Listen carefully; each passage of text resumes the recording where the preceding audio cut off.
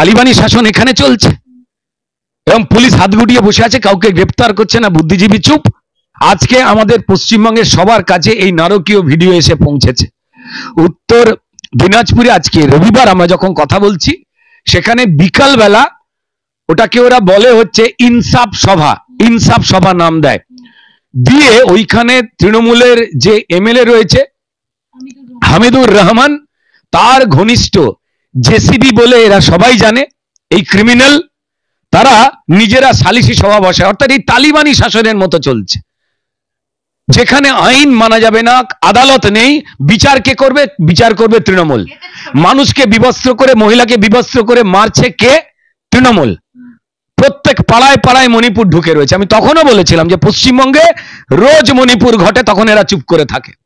আজকে একটাও কোনো ভদ্রলোক যারা সেই সময় হা হা হু করেছিলেন, এই মমতা বন্দ্যোপাধ্যায়ের বিভিন্ন রাজ্যে ছড়িয়ে থাকা দু একটা যারা তাদের প্রশ্রয়দাতারা রয়েছেন, তারাও চুপ হয়ে রয়েছে এই ঘটনা নিয়ে।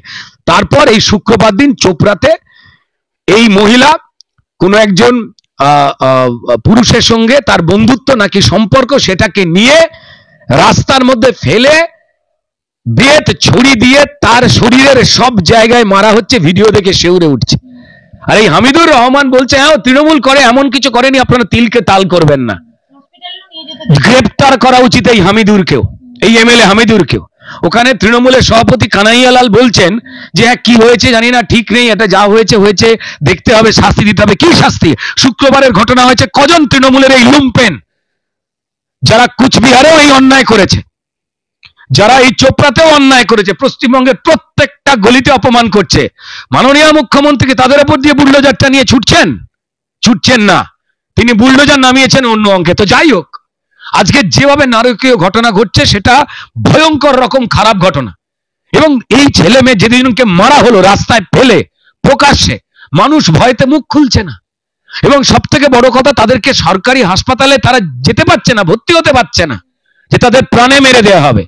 এই জেসিবি, এই ক্রিমিনাল, তারা এলাকায় আইন কানুন আদালতকে তোয়াক্কা করেন। ঠিক যেন সন্দেশখালীর আর একটা ঘটনা, মুখ্যমন্ত্রীকে স্বাস্থ্যসাথী কার্ডে ভুল হাসপাতালে চিকিৎসা করান বলেই এতদিন ধরে দেখতে পাচ্ছিলেন না। উনি সব জানতেন, উনি সব দেখতে পেতেন। হাতে কেন, বগলে কেন, পকেটে কেন, যেখানে খুশি আপনি মোমবাতি যদি গুঁজেও দেন তারা জ্বালাবে না। কুচবিহারে পুলিশ মিথ্যে কথা বলছে, লজ্জা লাগে। যিনি নির্যাতিতা তিনি বলছেন যে আমাকে তৃণমূল এই কারণে, আমি কেন বিজেপি করব, বিজেপি করা যাবে না, তাই আমাকে নগ্ন করে বিবস্ত্র করে আমাকে চুলের মুঠি ধরে মার।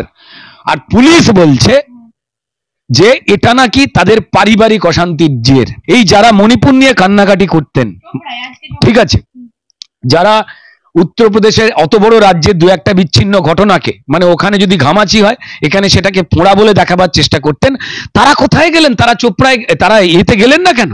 কুচবিহারে গেলেন না কেন? কুচবিহারের এই মহিলার পাশে দাঁড়াচ্ছেন না কেন? চুপ করে রয়েছেন কেন? বিরাট বড় বড় যারা বুদ্ধিজীবী, মমতা বন্দ্যোপাধ্যায়, তারা চুপ। মহিলা কমিশন কোথায় গেল?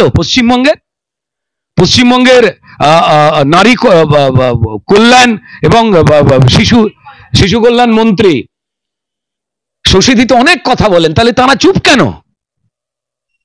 তাদের ভণ্ডামিটা ধরা পড়ে যাচ্ছে। এটাই হচ্ছে তৃণমূলী তালিবানি শাসন, যেখানে পুলিশ সে নিজে প্রমোশনের লোভ বা তার চাকরি চলে যাওয়া বা ট্রান্সফারের ভয়েতে সে মানুষের পাশে দাঁড়াতে পারছে না, এবং তার পুলিশ মন্ত্রিত্বে পুলিশ তোলা তুলছে। তার মানে এতদিন ধরে অরাজকতা যা রয়েছে সেই ঘটনার কাণ্ডারি মমতা বন্দ্যোপাধ্যায়। এবং শিশু কল্যাণ মন্ত্রীর কল্যাণে আমাদের এখানে নারীদের কি হাল হয় সেটা তো সবাই জানেন। সন্দেশখালী নারীদের কি নারী উনি কল্যাণ করেছেন সবাই জানেন। উনি এই কোচবিহারে যে মহিলাকে, বিজেপি কর্মীকে, ভদ্রমহিলাকে নগ্ন করে তৃণমূল মারলো, সেই নারীর কি কল্যাণ করেছেন শশী পাঁজা সবাই জানেন। এবং এই শুক্রবার থেকে আজ অবধি যে নারীকে বেত মারছে রাস্তায় ফেলে তৃণমূলের লুম্পেন গুন্ডা, ওই জেসিবি, ঠিক আছে, তৃণমূল বিধায়কের ঘনিষ্ঠ, পুলিশ যাদের ধরছে না, কাউকে ধরেনি পুলিশ এখনো। পুলিশ মন্ত্রী মমতা বন্দ্যোপাধ্যায়ের নির্দেশেই পুলিশ ধরেনি। সেখানে শশী পাঁজা যে কথাবার্তা বলছে, সেই কথা নিয়ে উনি নিজের যে পারিবারিক যে সম্ভ্রম, উনি তো অত্যন্ত একটা বড় পরিবারের একজন সুযোগ্যা ভদ্রমহিলা ছিলেন, কিন্তু তিনি যে আচরণ করছেন বা যে কথা বলছেন তাতে উনি নিজের পারিবারিক গরিমা এবং নিজের চেয়ারের গরিমা সেটা তিনি নষ্ট করছেন এবং তিনি মিথ্যে কথা বলছেন বলে সবাই জানে। এই নাটকের মধ্যে কেউ নেই, পুরোটাই আমার রাজ্যে এখন নাটক চলছে এবং তীব্র প্রতিবাদ হওয়া উচিত এই অন্তত চোপড়ার ঘটনা নিয়ে এবং কোচবিহারের ঘটনা নিয়ে পশ্চিমবঙ্গের মানুষের দল মত ধর্ম সবের বাইরে এসে। এই শহরে বসে বসে যারা অনেকেই বলছেন বিহার থেকে আসা লোকেদের তাড়াও, তারা ভারতবর্ষের সংবিধানের বাইরে কথা বলছেন। প্রধান বিচারপতি এসেছিলেন মমতা বন্দ্যোপাধ্যায় মুখ্যমন্ত্রী হয়ে, কিভাবে আইন কানুন চলবে সেই নিয়ে জ্ঞানও দিয়েছেন, লজ্জাও লাগে না কারুর এদের। চন্দ্রচূড় বাবু আমাদের সর্বোচ্চ যে বিচারালয় রয়েছে সুপ্রিম কোর্ট, তার প্রধান বিচারপতি, তাকেও তিনি জ্ঞান দিচ্ছেন। তিনি বলছেন আইন যেন নিরপেক্ষ হয়, নিষ্কলঙ্ক হয়। কে বলছে? কাকে বলছে? তিনিও উত্তরটা তেমন দিয়ে দিয়েছেন। একটা পরিকল্পিত ঘটনা, তৃণমূলী এই তালিবানি শাসন যেটা চলছে, মহিলাকে নগ্ন করে মারা, তুই কেন বিজেপি করবি, আমরা তৃণমূল, আমরা মারবো, পুলিশ দাঁড়িয়ে দেখবে।